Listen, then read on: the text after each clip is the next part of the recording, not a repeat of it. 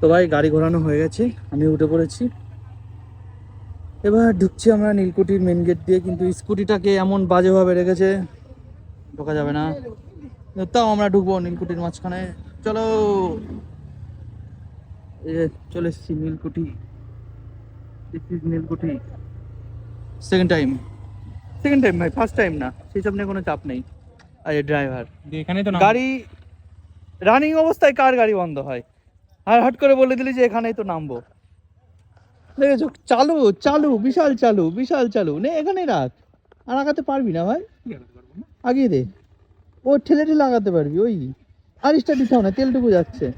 দেখ, হবে না ভাই, এর দ্বারা হবে না। তো চলো আবার ঢোকা যাক। কিরে রাখ, গাড়িটা রাখ, রেখেছ। এই যে ড্রাইভার আমার, মস্তান ড্রাইভার।